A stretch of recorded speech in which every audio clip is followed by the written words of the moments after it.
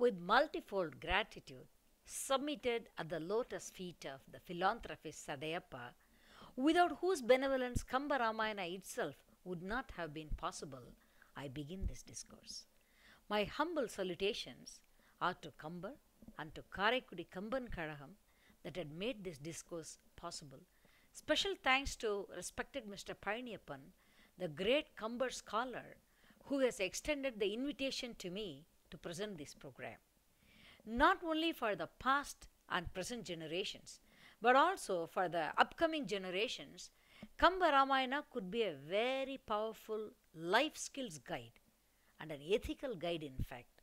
I've always felt that the need to take Kamba Ramayana to the future generations is not only because of its literary excellence, spiritual relevance, or the richness of Tamil, but also because of the multivarious skills it imparts to the readers.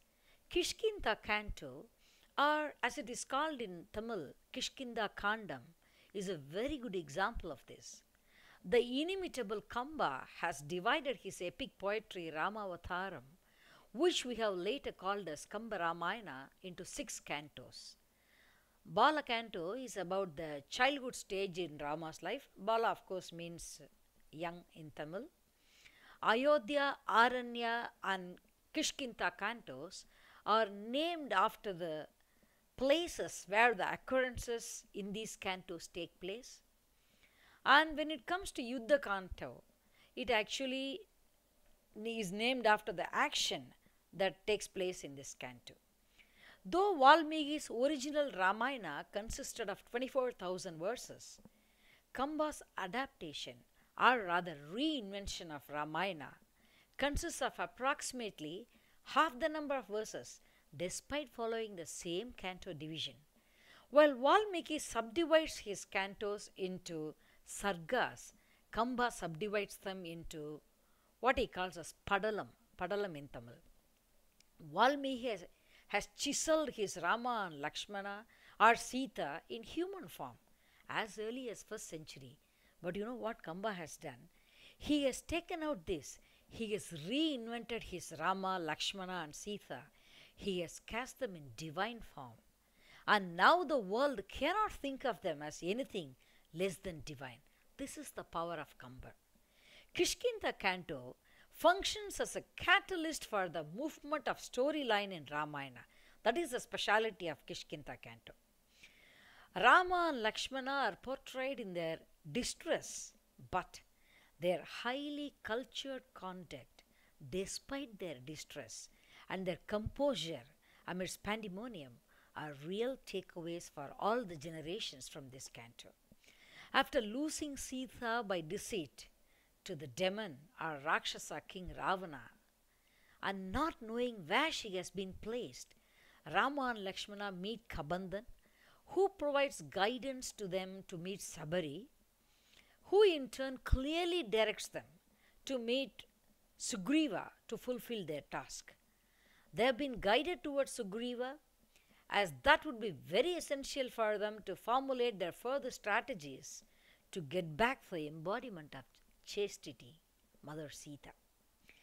Kishkinda Canto unveils at Pampa River, where Rama experiences pangs of separation from Sita, and the feelings of separations are intensified due to the beautiful scenery that surrounds them. Birds retire to their nests. Parrots stop prattling. Peacocks stopped their proud pigeon. Leaves started to go on a sleep mode. Trumpeting male elephants decided to calm down. The entire living beings on the mountains far and wide went into a deep slumber. This is how Kamba describes it. See how beautiful it is. Nature itself embraced slumber, but not Rama. After spending a sleepless night in despair, Kamba's Rama demonstrates human qualities of pangs of separation, but bounces back from that and marches on with Lakshmana towards Rishyamukha Parvata as suggested by Sapari to meet his fellow sufferer like him. Who's that? Who else? Sugriva. Sugriva, who has been deprived of his wife's company due to his own brother Vali, is actually awaiting this moment probably. Only difference is that Rama's wife Sita has been abducted by the demon king Ravana, whereas Sugriva's wife Ruma Devi is detained by his own brother Vali. You know why? Vali actually proclaimed victory over his younger brother, whom he considers as a fraudster who has schemed to usurp his kingdom. It is essential to bring the parallels between Rama and Sugriva for the onward movement of the story, as this unity in suffering has forged a bonding, a very special bond, a bond of friendship, a bond of brotherhood between these two fellow sufferers. And hence, this canto is very significant as it also introduces the most inimitable, valorous Hanuman, who has been worshipped by the Hindus until date as Lord Hanuman, on par with Rama. The inimitable Hanuman is sent down from Rishyamukha Parvata by Sugriva, who is in mortal fear of Vali, to check on the bow-cladding Rama and Lakshmana. Sugriva wants to investigate if these two divine-looking beings are Vali's spies. And really we cannot blame Sugriva for this. Kambar compares Hanuman to Lord Shiva here, and he elevates our expectations on this great character. As we've already been experiencing Kambar's divine portrayal of Rama in every canto, our expectations are further heightened when we read of his description of Hanuman.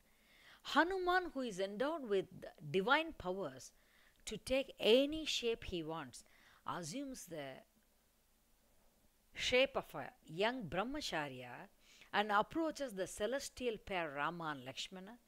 He immediately assesses them to be of a noble born, righteous warriors who follow the path of Dharma. He senses their mental fatigue. Despite this, Kambar says Hanuman asserts mentally that these two noble beings have the power to absolve one of their accumulated sins and send those souls not to the abode of Yama but to everlasting moksha. Here we see the foreshadowing technique used by Kambar to let the readers feel what's going to happen in future maybe. Unconditional love wells up in the heart of Hanuman when he sees these two people. Kambar's introduction and juxtaposition of the characters of Hanuman with the divine pair Rama and Lakshmana set the events in motion for not only for the rest of Kishkinta canto but for the remaining part of Kamba Ramayana itself. When Kamba introduces Hanuman and his meeting with Rama, it's an epic moment that not only reveals the nuances of the juxtaposition of two great personalities, it also reveals the entire cultural backdrop of the milieu during which Kamba has reinvented Ramayana. Kamba's technique of moving the storyline is interestingly done. He uses Lakshmana as the spokesperson for Rama, and Lakshmana narrates the entire life of Rama until the beginning of Kishkinta canto to Hanuman, who is so touched by that it melts his heart like anything, and almost immediately he becomes an ardent devotee of Rama. And now on, it's Hanuman who talks about Rama. It's Hanuman who takes up the job of Lakshmana and introduces both of them to Sugriva when he meets Sugriva with meticulous details. Kishkinta canto is also significant in bringing out the subtleties and parallels in the pairs of relationships that are projected here. Kamba forces the readers to look at the relationship between the monkey brothers Vali and Sugriva as a contrast to the almost divine relationship between the brothers Rama and Bharata. When we see in Kishkinta canto, brother Sugriva, who mistakenly becomes the king due to the pressure from his followers, without realizing that the lawful king Vali is still alive, though trapped in a cave, we are reminded of Bharata, who is actually given the kingdom in a platter. But when Rama goes on exile, still he refuses to accept that kingdom. Bharata goes with a big sea of followers, with a determination to bring back Rama from the forest. Kambar is generous in providing us the parallels and contrasts, and it is up to the reader to pick up the value she or he wants to observe. Whether you want to be the Sugriva or Bharata, it's your choice. Kambar does not dictate terms to you. Kambar's Rama treats them equally. That is the beauty of Kamba Ramayana. Once again, it is Maruti who narrates the struggles between Sugriva and Vali to Rama. Sugriva is accepted on par with his own brother by Rama, and he promises to restore Sugriva with his wife Rumadevi and anoint him as king in the place of Vali. Rama, who is the embodiment of love and forgiveness, is probably unable to accept the unforgiving nature of Vali, who treats his own brother Sugriva with vehemence and vengeance. Rama takes an oath of friendship with Sugriva like an oath given to a life partner. Maruti knows the exact words that could forge this friendship, and hence he highlights Sugriva losing his wife Ruma to Vali, which has triggered Rama enough to pledge his support to him. Rama is subtly tested by Sugriva on his valor when Sugriva expresses his desire to Rama that Rama could attempt to pierce the strongest Maramara tree, and Rama, without feeling insulted, gallantly sends his sharp Ramabana through not one or two, but 7 Maramara trees, and gets back his arrow into his arrow shaft to an assembled audience who are dumbfounded. Everything that comes in numbers of 7 has felt the impact of this arrow, according to Kamba. I'll elaborate on this particular poetic genius of Kamba based on this particular incident and a verse related to this in my next video, as this particular discourse focuses more on the essence of Kishkinda Canto in general, whereas the next will be focusing more on the poetic excellence of Kamba. There's another scene structured by Kamba to highlight on the great valor of Lakshmana. Sugriva describes in detail the valor of Dundubi, the Rakshasa who had capability to create great waves even in Kailasha. Dundubi was directed by Lord Shiva to fight with the Devas, who in turn direct him to challenge Vali instead of them. All these Kamba structures just to project before us the greatness of Vali, not Dundubi. With this kind of a Dundubi, Vali has fought bravely, and he has put an end to Dundubi's life, leaving his carcass on Rishyamukha mountain. Basically, listening to the valor of Vali, Rama gives a hint to Lakshmana to remove that carcass, and Lakshmana triggers that massive carcass by his toe, and it goes in an arc, and that body travels through the 7 worlds and falls back, astounding the Vanaras. Kamba's inimitable excellence in structuring this incident creates a great impact in understanding the valor and character of Lakshmana as well. Sugriva and his associates describe the airbound abduction of Sita in great detail, and they give Rama all the beautiful ornaments of Sita, which brings fresh tears to Rama's eyes. We really cannot read this part without feeling the kind of sympathy and empathy that can develop in a human being's heart towards Rama. After this, their onward march towards Kishkinda begins. Rama is astounded to see their alikeness and struggles to identify Vali, while the monkey brothers are wrestling with each other. Again pacifying Sugriva, Rama sends him for a second round of wrestling with Vali, with a garland around his neck for easy identification. Rama manages to bring down Vali with a single arrow that has been identified by Vali himself with great respect as Ramabana. You see, Vali prides himself as someone who can never be brought down to earth. He always feels that he is very special, which is also true, and probably to elevate Rama's greatness here, Wali identifies in his heart, only Ramabana can bring me down. This must be Ramabana. Though there's the moral dilemma triggered by Rama, bringing down Wali hiding behind a tree, the idea of what would Rama do if Wali himself surrenders to Rama halts our fault-finding attitude.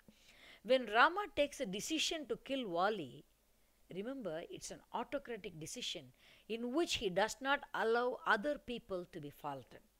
It's also a political decision after fulfilling which only he'll be able to acquire an army to search for his abducted wife Sita.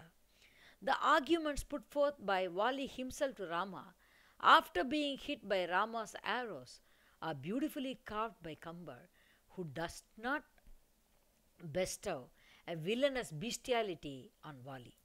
Wali is in awe and admiration of Rama, though he is upset by the stand taken by Rama. Kambar, who has already incarnated Rama in his heart as Lord Rama, grabs every opportunity to project this sensibility. He ensures that even Wali shares the same attitude. Rama has already forged a friendship with Sugriva, which he has honored now by winning back his wife and the kingdom. Probably, Wali's retaining Ruma has justified Rama's stand. Even the dying Wali does not begrudge his brother's luck and blessings that have favored him in the form of Rama. What Rama does here should be viewed from the point of view of a Charanagati Tattva, or otherwise the philosophy of surrender. Rama has vowed to protect whoever surrenders to him, and his standing by Sugriva's side is an extension of it. That's it. Rama specially blesses Angada and instructs him on how to conduct himself in the new kingdom under his uncle Sugriva. He inducts Sugriva with all the instructions he had received from Vasishta before the coronation that was supposed to have taken place for Rama, which never took place. He also encourages the reluctant Maruti to go back to Kishkinta, as Hanuman's heart is with Rama already. After all these positive happenings in the period of Dakshinayana, Sugriva seems to have forgotten his promise to Rama as the indulgence sucks him up and he becomes oblivion to the rest of the world. An angry Lakshmana is sent by Rama to check on the current situation in Kishkinta. Lakshmana is sent as a reminder to Sugriva to fulfill his promise. Rama subtly reminds Sugriva through Lakshmana that the path in which Wali has been sent is still open, and Sugriva should remember the valor of Rama and Lakshmana. To pacify the angry Lakshmana, Prince Angada meets and consults with the Hanuman, and both of them consult Wali's wife, the intelligent Thara. Her widowhood and her simple, sober appearance triggers memories of his widowed mothers in the heart of Lakshmana. And with great difficulty, they manage to pacify Lakshmana. Thara and Hanuman finally assure him that they have already sent messengers and spies all over in every direction to search for Sita and her whereabouts. Finally, Angada manages to drill sense into an intoxicated Sugriva, who sobers up and welcomes Lakshmana. Kamba's portrayal of Lakshmana at Kishkinta touches a raw nerve in our heart. You see, Lakshmana refuses all kinds of formal courtesies showered on him at Kishkinta by Sugriva. He refuses even formal seating and food for the nobles and tells Sugriva in Tamil, you see, Pachilai Kirangu Kai Paraman Nungiye Michile Nugarvadu வேறு தான் ஒன்று நச்சிலேன், meaning, I will not eat anything that has not been eaten by Rama, and I eat only the leftovers of Rama. Oh my God. What a humble Lakshmana here we see. Lakshmana actually looks up to Rama. Not only as his brother, he looks up to him as if he is his own master. Kambar thrusts us into the irony of these words that are uttered by Lakshmana to Sugriva, who had been instrumental for the death of his own brother, for whatever be the reason. As I told you before, Kishkinda Kanta is full of parallels and contrasts, which actually presents us with ethical lessons throughout. Kambar paints before us the sea of Vanara Sainyam now, another scene, the army of the primates with meticulous details. Some significant warrior chiefs are mentioned by Kambar here. Satavali, Suseshana, then Ruma's father and Sugriva's father-in-law, Tharan, Hanuman's father, Kesari, Dhumiran, the head of the bear species, Suvachan, Panasan, Neelan, Kavayan, Darimukan, Samban, Dumindan, Dunmukan, Gajagomukan, Kumudan, Kumbhasankar, and Hanuman. These are just a few people, few of the chiefs who have managed to bring an oceanic army of monkeys and bears for Ramakaryam, or for the noble job of searching for Mother Sita. This huge army is divided into four, and Sugriva nominates Hanuman to take a portion of the assembled army and march towards the southern direction where Ravana is presumed to be there. Kamba meticulously shows us the level of confidence Sugriva has in Hanuman and the level of confidence and trust Rama has in Hanuman. You know why? Rama describes Sita in greater detail to Hanuman. He shares a few incidents with Hanuman, which if he narrates to Sita, it could instill confidence in her. Rama shares with him the incident where Sita was naive enough to ask Rama, have we reached the forest the moment they left their fort in the great city of Ayodhya? Kamba has narrated this beautifully, which reminds us of the same naivety demonstrated by Kannaki in Silappadikaram, where she asks Kovalan, have we reached Madurai the moment they left the city of Pumbugar? These parallels are just for us to enjoy in the form of literary pleasure to see the parallels. Rama parts with his signet ring to Hanuman to show it to Sita as a token from Rama to win her trust. He wants Hanuman not to stray into Agastya's area so that he won't be lost in the sweet honey, the sweet nectar of Tamil language as propagated by Agastya. This part demonstrates Kamba's love for Tamil language despite knowing Sanskrit. The building up of events in Kishkinda Canto is fast-paced, and it also amazes us to see how Hanuman has managed to win the confidence of the noble Rama and Lakshmana within a short span of knowing each other. Hanuman and his entourage reach Mahendra mountains after great difficulty. They had been told to come back to meet Rama and Sugriva within a month with good news, but after reaching Mahendra mountains, they have no clue as to where Sita is. Luckily now, Kambar introduces another character, Sampadi. Sampadi is the brother of Jatayu, who fought for Rama in an earlier canto. And Sampadi, the massive eagle, the brother of Jatayu, meets these Vanaras and listens to their narration of Jatayu passing away. And this really melts Sampadi. It touches him. It actually also disturbs him to learn about Rama's trouble. But ironically, the sheer name of Rama, Rama Nama, Rama Japa, rejuvenates him. It allows him to grow back his burnt wings. He provides guidance to all the Vanaras and tells them the exact location of Sita across the sea and flies away. Kambar captures the beauty of Hanuman's character. Hanuman does not understand his own ability. Hanuman always has to be told by someone about his prowess, and he thinks he does not possess the capability to fly over and reach Lanka and meet Sita. Sampadi has told him the exact location already to them.